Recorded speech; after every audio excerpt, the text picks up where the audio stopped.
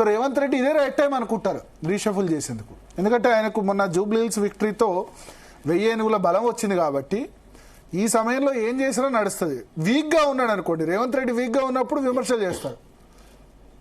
ఇప్పుడు మొన్న 3 మంత్రివర్గ విస్తరణలో తీసుకుంటే పెద్దగా వెంకటరెడ్డి ఒక్కడి నుంచి రాజగోపాల్ రెడ్డి ఒక్కడి నుంచి ప్రతిఘటన వచ్చింది కానీ మిగతా వాళ్ళు రాలేదు. అదృష్టం ఏంటంటే ఎక్కువ మంది కొత్త ఎమ్మెల్యేలు ఉన్నారు, యంగ్ ఎమ్మెల్యేస్ ఉన్నారు, రెడ్డి ఎమ్మెల్యేసే ఎక్కువ ఉన్నారు. బీసీ ఎమ్మెల్యేలు 7 ఉన్నారు. 7లో 3కి అవకాశం దొరికింది. ఇంకా 4 ఉన్నారు అవకాశం దొరకని వాళ్ళు. ఆది శ్రీనివాస్, తర్వాత షాద్నగర్లో ఈళ్ళ శంకరయ్య, మహబూబ్నగర్లో ఆల్రెడీ 3 మంత్రులు అయిపోయినారు, మఖాన్ సింగ్ రాజ్ ఠాకూర్, తర్వాత నారాయణ ఖేడ్ ఎమ్మెల్యే కూడా సంజీవ్ రెడ్డి కూడా బీసీ. ఇట్లా ఒక 4 మాత్రం అవకాశం దొరకలేదు. ఆ 4లో ఎవరో ఒకళ్ళకి ఇవ్వాలి. విజయశాంతి పేరు కూడా స్పెక్యులేషన్ వినిపిస్తుంది, ఆమె బీసీఏ. సో ఇప్పుడు బయట ఉన్న వాళ్ళు చాలా గట్టిగా అంటే మల్రెడ్డి రంగారెడ్డి, కోమటిరెడ్డి, రాజగోపాల్ రెడ్డి, వీళ్ళిద్దరిట్లో కూడా ఎవరో ఒకళ్ళకే వస్తుంది. ఇద్దరికైతే రాదు. ఎందుకంటే రెడ్లో 6 అవుతారు. అంటే 6కి ఇవ్వకూడదా అంటే గట్టంలో కేసీఆర్ క్యాబినెట్ లో ఉండే 18 మందిలో 6 రెడ్లు ఉండే. కానీ బీసీ మూవ్మెంట్ ఇంత ఉన్న నేపథ్యంలో రెడ్ల కారిచ్చి బీసీలకు 3 ఇస్తే మళ్ళీ పంచాయతీ అవుద్ది కదా. ఆల్రెడీ 42% ఇంప్లిమెంటేషన్ కూడా చేయలేకపోయినారు. దాని బదులు ఒక బీసీకి డిప్యూటీ సీఎం ఇచ్చినా ఇవ్వచ్చు, పొన్నం ప్రభాకర్కి. లేదా ఎమ్మెల్సీ ఉన్న మహేష్ కుమార్ గౌడ్ని కూడా మంత్రివర్గంలోకి తీసుకోవచ్చు. పీసీసీ ప్రెసిడెంట్ వేరే వాళ్ళకి ఇవ్వచ్చు. శ్రీధర్ బాబు పేరు వినిపిస్తుంది పీసీసీ ప్రెసిడెంట్గా. సో ఇట్లా రకరకాల కాంబినేషన్స్ వస్తున్నాయి. అయితే December 7th నుంచి 9th వరకు రైజింగ్ సమ్మిట్ ఉంది కాబట్టి ఆ రైజింగ్ సమ్మిట్ తర్వాత ఉండొచ్చు, ముందు అంతకంటే ముందు ఉండకపోవచ్చు అని నేను అంచనా వేస్తున్నాను. సో ఇప్పటివరకు కొంచెం టర్మ్ లో అయితే వీళ్ళు ఉన్నారు కదా, పొన్నం ప్రభాకర్ గాని, కొండ సురేఖ, జూపల్లి, వీళ్ళు ఎందుకు వీళ్ళు ఇష్యూ చేయకుండా ఉండరంటారా? డెఫినెట్ గా మంత్రివర్గం నుంచి ఎవరన్నా తీసేస్తే వాళ్ళు ఇష్యూ చేయకుండా ఎందుకుంటారు? చేస్తారు ఇష్యూ, కానీ ప్రిపేర్ కావాలి కదా, చేస్తారు. ఖాళీగా ఏమి ఉండరు. కాంగ్రెస్ లో మంత్రివర్గం నుంచి తీసేస్తే వాళ్ళు డెఫినెట్ గా ఇష్యూ క్రియేట్ చేస్తారు. కానీ బలం ఉంది కదా, 64 మంది వీళ్ళు ఉన్నారు, 9 మంది బీఆర్ఎస్ నుంచి వచ్చిన వాళ్ళు ఉన్నారు, 10 మంది, 74 మంది ఉన్నారు కాబట్టి సర్వైవ్ అవుతారు.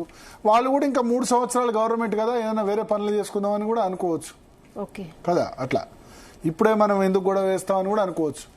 అండ్ ఆల్టర్నేటివ్ కూడా లేదు. ఇప్పుడు కొండా సురేఖకి ఆల్టర్నేటివ్ కూడా లేదు. ఆమె ఆల్రెడీ బీఆర్ఎస్ లో కేసీఆర్తో గొడవపడి వచ్చింది కదా.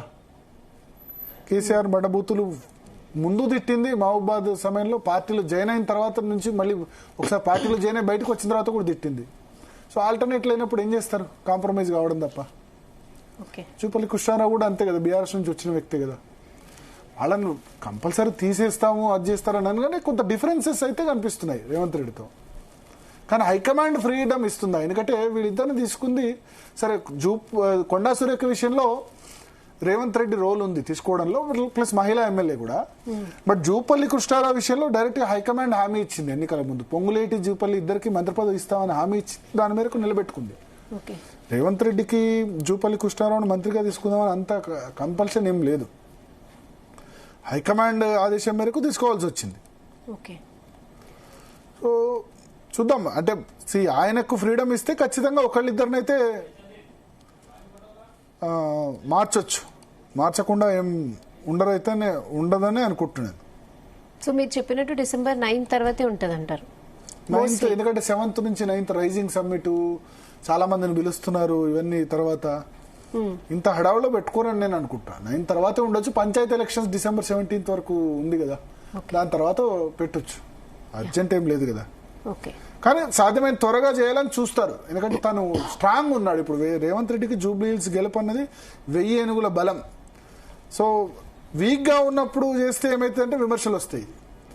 వైఎస్ రాజశేఖర రెడ్డి 2009లో చాలా స్ట్రాంగ్ గా ఉండి రెండోసారి అధికారంలోకి వచ్చిన వెంటనే జానారెడ్డికి మంత్రి పదవి ఇవ్వలేదు, జేసీ దివాకర్ రెడ్డికి ఇవ్వలేదు. హెవీ వెయిట్స్ ఏమన్నారు? వాళ్ళు మూసుకొని కూర్చున్నారు అంతే కదా, ఏం మాట్లాడలేకపోయారు.